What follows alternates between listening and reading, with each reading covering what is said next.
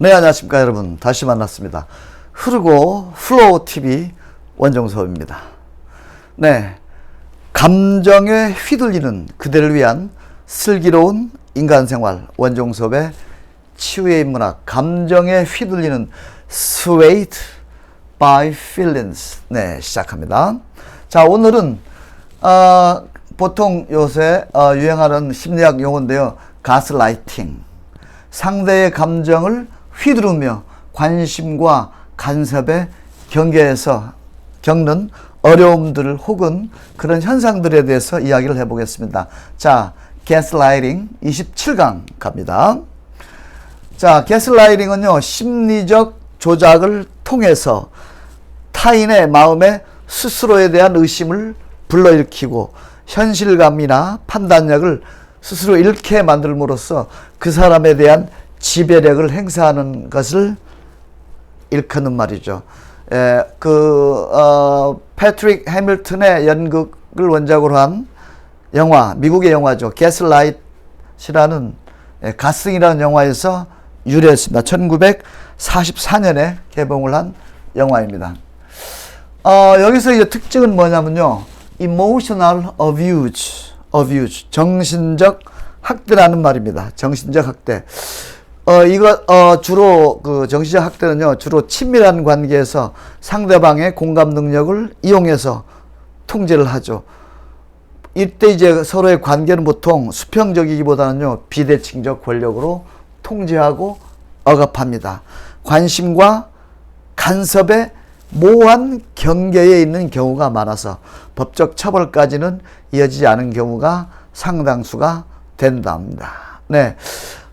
다윈이 종의 기원, Origin of Species, 그 다음에 Revolution, 종의 혁명 등을 써서 인간들에게 많은 충격을 줬죠. 그리고 새로운 혁명이 일어났습니다. 인간과 동물의 감정 표현에 대하여 우리가 좀 더 앞으로 연구를 해보겠습니다. 네. 그런 감정 표현들 중에서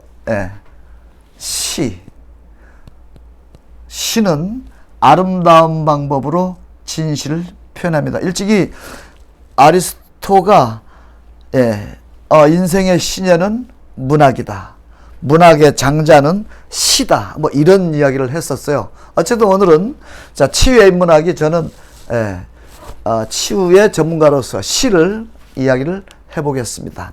자, 오늘은 제가 계속 하는 에밀리 디킨슨의 시, 상처 입은 사슴이 가장 높이 뛴다, 이 시를 한번 해보겠어요.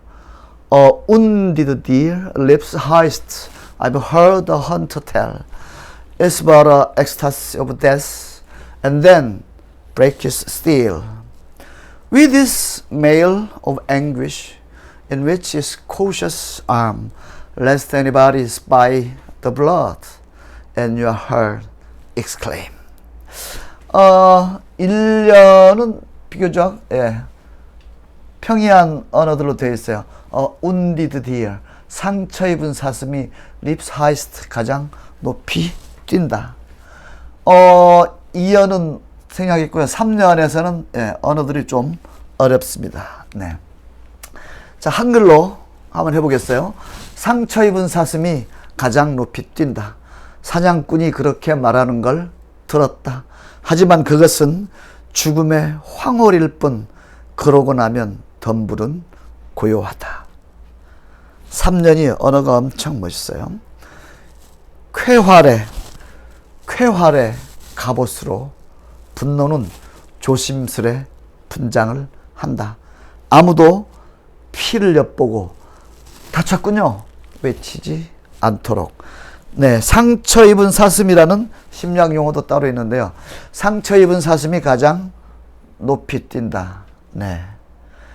상처 입은 사슴은 쾌활의 갑옷으로, 분노는 조심스럽게 무장을 하고, 아무도 내가 다친 상처의 피를 엿보고 다쳤군요 외치지 못하도록 쾌활의 갑옷으로, 분노는 조심스럽게 무장한다. 이 엄청난 언어입니다. 역시 에밀리 디킨슨 네. 자, 이제 계속해서 가보겠습니다. 가스라이팅 이펙트, 가스등 효과라는 것이 있는데요. 한국에서는 1948년에 이제 가스등이라는 영화가 상영이 되었어요. 1938년 영국에서 공연된 연극이었죠. 영화로 각색이 돼서 이 내용이 잉그리드 버그만하고 이렇게 누구 나오는 건데요. 남편이 아내의 재산을 노리고 결혼을 합니다. 이 남편은 온갖 속임수와 거짓말로 멀쩡한 아내를 정신병자로 만드는 그런 과정을 그린 영화예요.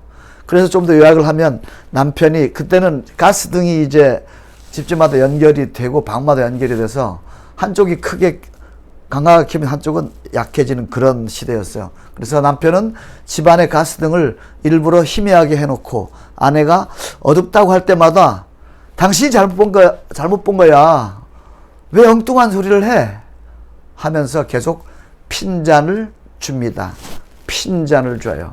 또 주변 환경과 소리까지 교모하게 조작을 해서 부인이 현실감을 잃도록 하고 갈수록 스스로를 믿지 못하게 만듭니다. 그래서 부인은 자책하며 가해자 남편에게 아이고 내가 이제 좀 이상해졌나 봐. 내 정신이 신경 쇠약이 걸렸나 봐 해서 가해자에게 의지를 하게 만드는 영화. 네, 여러분 한번 나중에 찾아서 보세요. 가스등. 그리고 이런 행위를 하는 사람을 가스라이터 이렇게 말하기도 합니다. 자, 상대방의 감정을 휘두르는 사람이 많아요. 요즘 좀 더 많아졌어요. 상대방이 점차 자신의 판단이나 느낌, 기억에 현실의 의문을 갖게 만드는 일종의 정서적 피해죠. 상대방의 자신감을 서서히 무너뜨리고, 네, 그러는 겁니다. 이 책을 쓴 저자 세넌 토마스는 사람들은 가스라이팅을 일종의 도구로, 사회생활의 도구로 사용을 한다고도 이야기를 했어요. 심리치료사 비벌리 앵겔은 본인의 나쁜 행동의 책임을 회피하기 위해서, 그러니까 본인의 나쁜 행동의 책임을 회피하기 위해서 막 이렇게 어거지를 쓰고 이렇게 하는 거죠. 아시겠죠? 이런 것도 있어요.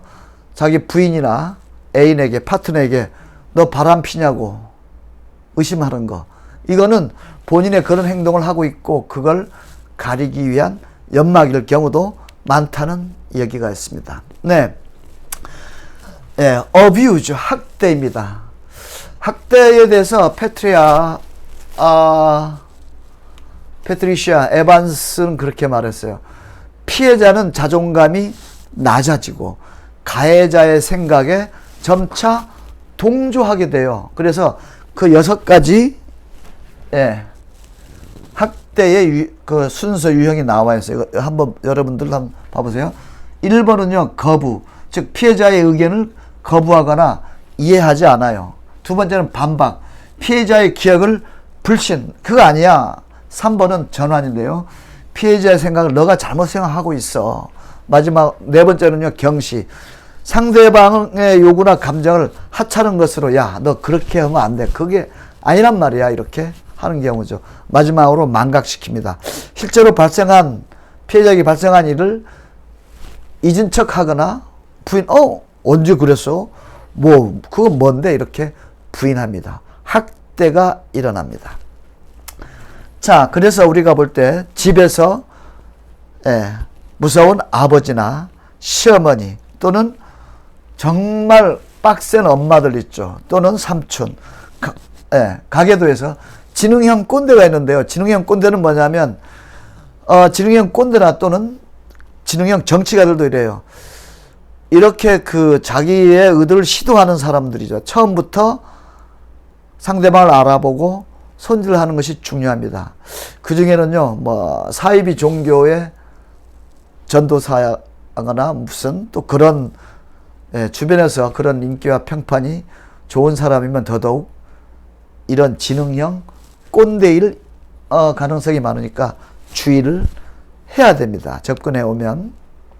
자, 이런 사람들이 시작하는 것이 길들이기입니다. 이 길들이기는요, 보통 군대에서 선임이 후임들에게 자주 시도하는 거죠. 군기를 잡을 때 후임들이 온갖 물리적 어떤 정신적 가혹행위를 하면서 후임들이 기를 확 죽이고 군대에서 일어나는 부조리에 순응하게 만드는 것도 이것도 가스라이팅이 가장 좋은 예이기도 합니다. 저도 군대에서 많이 두드려 맞기도 하고 어떻게 하기도 했는데 기를 죽이고 부조리에 순종하게 만드는 이런 방법 종교에서도 일어나겠죠. 또는 학교 선생님과 학생들 사이에서 예를 뭐 학주, 학생과장 옛날에 무서웠죠. 이유도 없이 막 패고 공포 분위기를 만들거나 교수와 학생, 논문을 쓴 학생이거나 논문을 지도한 지도교수 사이에도 이러한 가스라이팅이 많이 일어난다고 합니다.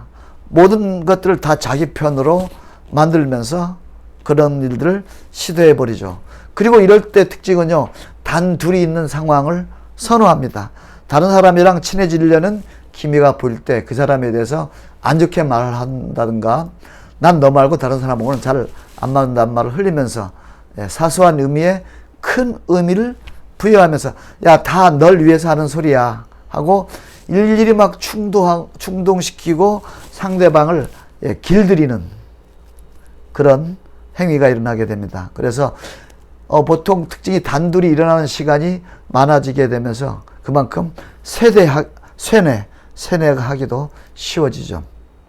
그리고 가스라이팅 하는 사람의 특징은 그 당하는 사람을 이간질시킵니다. 1번 친구와 친구 사이에서도 있을 수 있어요.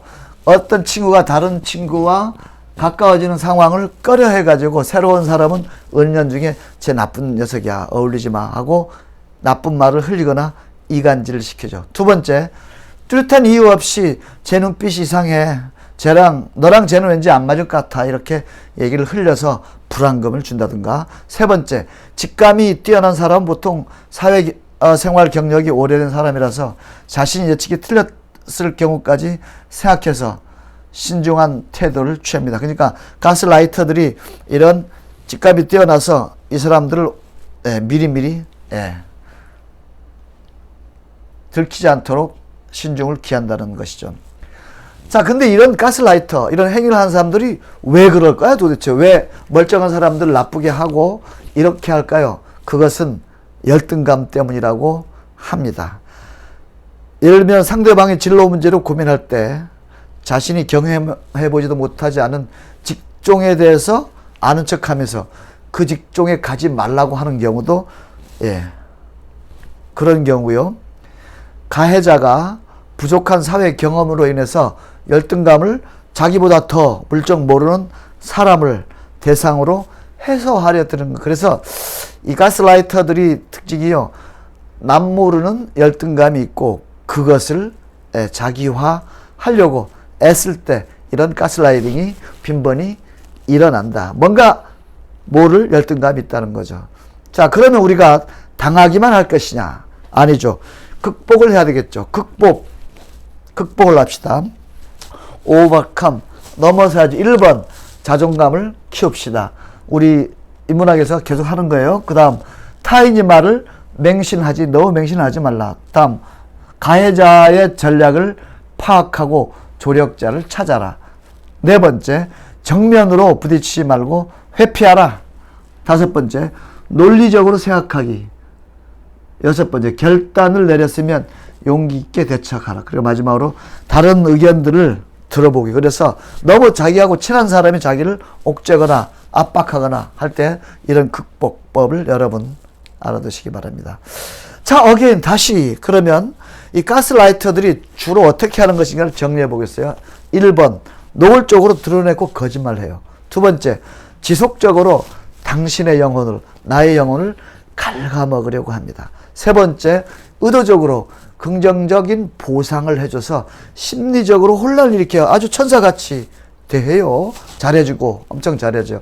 네 번째, 어떤 현상에 혼란을 주면서 의지하게 만듭니다. 그러니까 가스라이팅은 급작스럽게 이루어지는 것이 아니고요, 천천히 진행되는 전략을 취하기 때문에 피해자는 자신들이 얼마나 세뇌되어 있는지 깨닫지 못하죠. 군대, 교회, 어쩌면 가족, 어쩌면 연인들 사이에서도 충분히 일어날 수 있는 일들입니다. 네. 스스로 도취하는 사람들, 이런 사람들이 이제 라이터들이 도취하는 사람들인데 주로 나르시스트, 소시오패스, 사이코패스들이에요. 사실은 상대방을 비난하고 조정하면서 결국은 스스로가 가치 있는 사람이라고 도취하게 되죠. 스스로 도취하게 돼요. 나르시스트가 되는 거죠. 일종의 편향된 나르시시즘이라고도 할 수 있겠습니다. 자기 혐오에 가까운 결점들을, 자기의 결점을 숨기기 위해서 자신의 가치를 높이고 상대방을 조정하기 위해서 거짓말을 반복하다 보니까 자신이 내뱉은 말을 거짓말이라는 것을 잊어지게 되는 거예요. 정치인들도 그래. 막 아무 말지 않지 하고 자기가 하는 말이 거짓말이라는 생각도 못하게 될 수도 있어요. 그리고 자신의 방식이 정답이다라고 우기고요. 옳은 것이고, 자기의 방식이 옳은 것이고 성공의 조건이라고 믿으라고 하고 이것을 상대방에게 강요하게 되며, 소시오패스나 사이코패스가 대부분 이런 부류의 사람들입니다. 네. 세뇌시키고 있구나.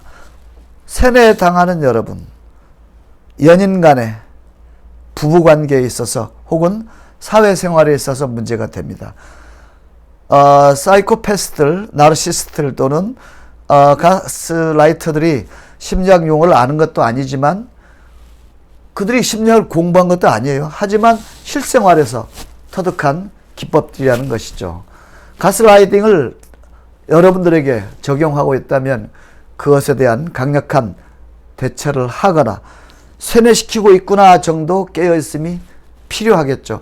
가장 좋은 방법은요, 가스라이터와의 접촉을 서서히 줄여나가는 것입니다. 때로는 단번에 관계를 탁 끊거나 강하게 대응해야 될 때도 있습니다.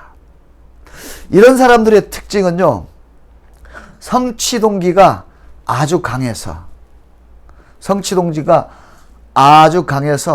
토네이도 같아서 휘몰아쳐서 주변 사람들을 힘들게 합니다. 뭐 좋은 예로는 어떤 단체에서 회장님이 아주 동기가 강해서 엄청 일을 열심히 하니까 주변 사람들이 힘들고 일이 끝나면 탁 버려버리면 오마이갓 힘들죠. 도닥거려주고 공감하고 해야 되는데 일이 끝나면 자기 자신만 성취를 해가지고 밑에 있는 사람들을 버립니다. 그러면 주변에 아무도 남지 않게 되죠. 성취 동기가 강한 사람, 토네이도, 주변 사람들을 힘들게 한다. 네. 자, 오늘 그 성취 동기가 강한 사람들 중에요. 요새 유명한, 여러분들이 아는 일론 머스크 있죠. 일론 머스크가 있습니다. 미국의 기업인이죠. 2021년 4월 포브스 기준 세계 3위의 억만장자예요. 억만장자입니다. 뭐 페이팔, 그다음 스페이스X, 넷컴퓨터 인터페이스, 뭐 뉴럴링크, 하이퍼루프 프로젝트, 결정적으로 전기 자동차 테슬라를 세계 최대의 자동차 메이커로 만들었죠. 영화 아이언맨의 제작 당시 그 로버트 다우니 주니어가 토니 스타크를 연기할 때 그 현실로 롤 모델을, 얼론 머스크를 롤 모델로 해서 막 아이언맨을 날아다니고 했다고 합니다. 하지만 최근에는 얼론 머스크가 각종의 사람들로부터 무슨 혁신적인 기업가라는 찬사를 듣기도 하지만 무책임한 기행을 계속하는 망나니라는 비판을 동시에 받으면서 복합적인 이미지를 가지고 있습니다. 앨런 머스크는요, 그 자기 개인 방송, 이런 유튜브 방송, 개인 방송에, 에서 이렇게 막 마리화나를 피우면서 이렇게 기행을 부리기도 했고요. 우주를, 정복하겠다는 야심에 찬 사람이기도 하고요. 무슨 비트코인 같은데 내가 뭘 이렇게 하기도 했고요. 어쨌든 성취동기가 아주 강한 사람들도에게 세뇌당하는 사람들도 많이 있을 것이다. 심리학으로 본다면. 일론 머스크는 근데요, 아까 좀 보니까 71년생의 남아프리카 공화국, 미국 사람이 아닙니다. 남아프리카 공화국 프리토리아에서 출생을 합니다. 어머니가 영국과 독일계 혈통이었어요. 앨런 머스크는요, 어렸을 때부터 컴퓨터에 관심이 많고 독학으로 프로그래밍 언어를 배우고요. 12살에는 블래스터라는 이름의 게임을 만들어서 게임 회사 이거를 $500에 팔기도 했었어요. 역시 뭔가 좀 달랐죠. 남아공 학교에서 그는 몸이 허약한 데다가 좀 독특했기 때문에 주변 애들에게 따돌림을 당하는 것은 아주 비일비재했고요. 폭행과 그런 어떤 괴롭힘을 많이 당했어요. 한 번은 뭐 계단에서 밀려 굴러 떨어진 뒤에 의식을 잃었고, 그때까지 엄청 맞았다고 합니다. 이때 코에 재건 수술을 했으나 아직도 후유증이 있어서 호흡기에 문제가 있다고 합니다. 앨런 머스크가 생각이 나는 가스라이팅입니다. 자, 우리가 오늘 이런 여러 가지 심리학적 언어들, 정신적 정서에 휘둘리는 우리가 자 공부하는 이유는요, 인문학을 하고 있는 이유는요, 인간의 마음을, 우리의 마음을, 그대의 마음을, 나의 마음을 이해하기 위함입니다. Getting a philosophical, humanistic perspective. 철학적 혹은 인문학적 눈높이의 시선을 갖기죠. 마음에서 감정이 차지하는 부분과 그 중요성, 감정의 본질과 연구에 관련된 이야기들을 지금 하고 있습니다. 자, 우리 모두에게는 emotional hunger, 감정적 허기가 늘 우리를 도사리고 우리를 허기지게 만듭니다. 네. 사과가 싱그럽게 웃고 있습니다. 풋사과, 풋볼,